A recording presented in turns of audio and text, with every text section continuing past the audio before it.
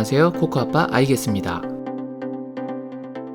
본머스를 맡은 후 첫 9번의 프리미어리그 경기에서 승리하지 못했던 안도니 이라올라 감독은 10월 28일 번리를 2대1로 이기기 전까지는 경질 위기에 처한 것으로 알려지고 있었습니다. 하지만 번리전 승리 이후 이라올라 감독의 본머스는 달라졌습니다. 프리미어리그의 그 어떤 팀들도 최근 8경기에서 7승 1무로 승점 22점을 따는 본머스보다 더 많은 승점을 따내지 못했기 때문이죠. 그들은 그중 최근 7경기에서 연속 2골 이상의 멀티골을 계속해서 넣어왔고, 이것은 본머스가 연속 멀티골을 넣은 역사상 가장 긴 기록이라고 합니다. 지난 경기에서 그 연속 멀티골 기록 대열에 합류한 저스틴 클라이베르트와 루이스 시네스테라가 토트넘에게 위협이 될 수 있어 보이지만, 그럼에도 가장 위협적인 것은 페널티킥을 성공시키며 리그 12호 골로 현재 모하메드 살라와 득점 공동 2위에 올라있는 도미닉 솔랑키 선수가 될 것입니다. 솔랑키의 지원군은 최근 좋은 폼을 보여주고 있는 안토니 세메뇨와 마커스 테버니어가 될 전망입니다. 테버니어는 이번 시즌 어시스트 3개와 빅찬스 창출 19회로 그 어떤 본머스 선수보다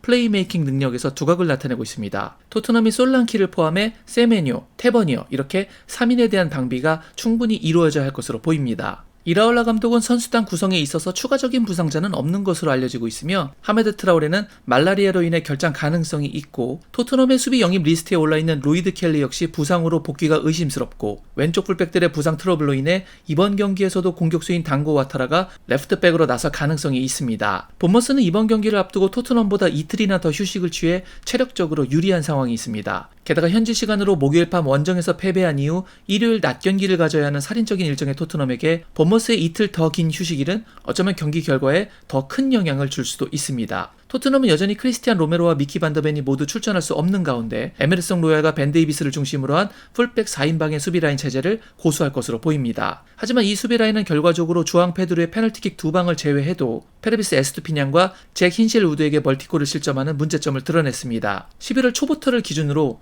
토트넘은 그 어떤 프리미어리그 팀들보다 더 많은 실점인 19골이나 상대에게 내주었고, 기대 실점에서도 21.4의 XG 값으로 분명 수비에 문제가 있음이 객관적 지표로도 드러나고 있습니다. 토트넘은 이 기간 동안 상대에게 총 134개의 슈팅을 허용했는데, 이것은 159개의 슈팅을 허용한 루턴타운, 153개의 슈팅을 허용한 맨체스터 유나이티드, 마지막으로 138개를 허용한 웨스트햄에 이어서 리그 4번째 순위입니다. 과연 풀백 4인방이 이 문제를 어떻게 해결할 수 있을지가 1월 이적 시장에서 새로운 센터백을 영입하기 전까지의 가장 주요 포인트가 될 수도 있습니다. 공격진에도 우려의 그림자가 드리우고 있습니다. 90분당 오픈플레이 기회 창출 2.4회로 팀 내 최고 기록자인 데안 쿨루셉스키는 징계의 마지막 경계선이었던 19라운드에서 결국 옐로우 카드를 받아 누적 5장을 채우며 이번 경기에 나설 수 없게 되었습니다. 그렇기에 이번 경기에서도 또다시 팀을 이끌어야 하는 캡틴 손흥민의 역할이 공격에서 가장 중요한 몫이 될 것으로 전망되고 있습니다. 브라이튼전의 그 답답했던 경기력 안에서도 손흥민 선수는 리그 5호 어시스트를 만들며 알레오 벨리스가 데뷔골을 넣을 수 있도록 도왔고, 이 득점으로 인해 희망을 갖게 된 토트넘은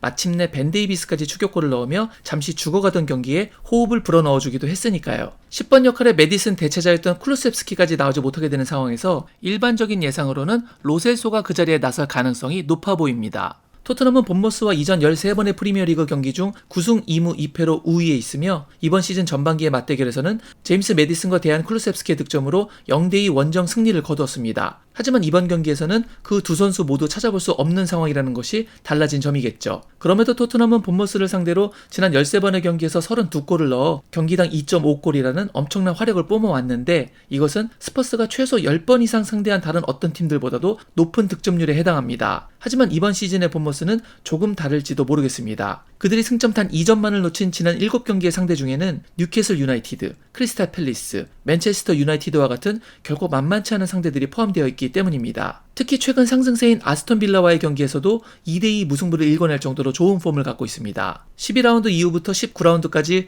본머스는 총 승점 19점을 땄는데, 같은 기간 동안 그 어떤 프리미어리그 팀들도 본머스보다 많은 승점을 따지는 못했습니다. 여기서 정말 놀라운 것은 심지어 그들은 선수의 건강 문제로 경기가 중단되어 버린 루턴타운과의 경기로 인해 한 경기를 덜 치른 상태임에도 최다 승점을 따냈다는 점입니다. 토트넘이 결코 만만하게 볼 수 있는 상대가 아니라는 말이죠. 하지만 자신감을 잃으면 안 됩니다. 스퍼스는 토트넘 허스퍼 스타디움에서 열린 앞선 3경기에서 패배한 후 뉴캐슬과의 경기에서 4대1, 에버튼과의 승부에서는 2대1로 다시 연승을 달리기 시작했기 때문입니다. 그렇기에 옵타에서는 슈퍼컴퓨터 분석을 통해 토트넘의 승리 가능성을 무려 65.9%로 측정하고 있습니다. 이 시합은 한국 시간으로 12월 31일 밤 11시에 열리는 경기이기 때문에 대한민국 축구 팬들은 경기 도중 카운트다운과 함께 새해 맞이를 하게 될 예정입니다. 토트넘이 새해 전야 경기를 갖게 되는 일정은 2011년 스완지와 1대1로 비겼던 경기가 마지막이었다고 합니다. 무려 12년 만에 벌어지는 해피 뉴 이어 매치가 될 예정인데 그 순간을 여러분과 함께 카운트다운을 하면서 보게 될 생각을 하니 벌써부터 기대가 됩니다. 본머스는 지난 5년 중 4년을 그의 마지막 경기에서 패배해왔고 이번과 같은 12월 31일 새해 전야 경기에서는 작년인 2022년에 크리스탈 팰리스에게 2대0으로 원정 패배를 당했다고 하니 올해도 어김없이 그 기록을 계속 이어나가주길 바라는 마음에서 더 기대가 되네요. 그리고 손흥민 선수가 프리미어리그에서 처음으로 맞이하게 되는 새해 전야 매치에서도 꼭 득점에 성공하는 좋은 추억 만들길 역시 기원하겠습니다. 이상 토트넘과 본머스전의 간략한 프리뷰였습니다. 오늘 제가 준비한 영상은 여기까지였습니다. 오늘 영상이 마음에 드셨다면 구독, 좋아요, 알림 설정 부탁드리겠습니다. 저는 다른 더 좋은 영상으로 여러분께 인사드리겠습니다. 그때까지 늘 건강하시길 바랍니다. 역시 I guess.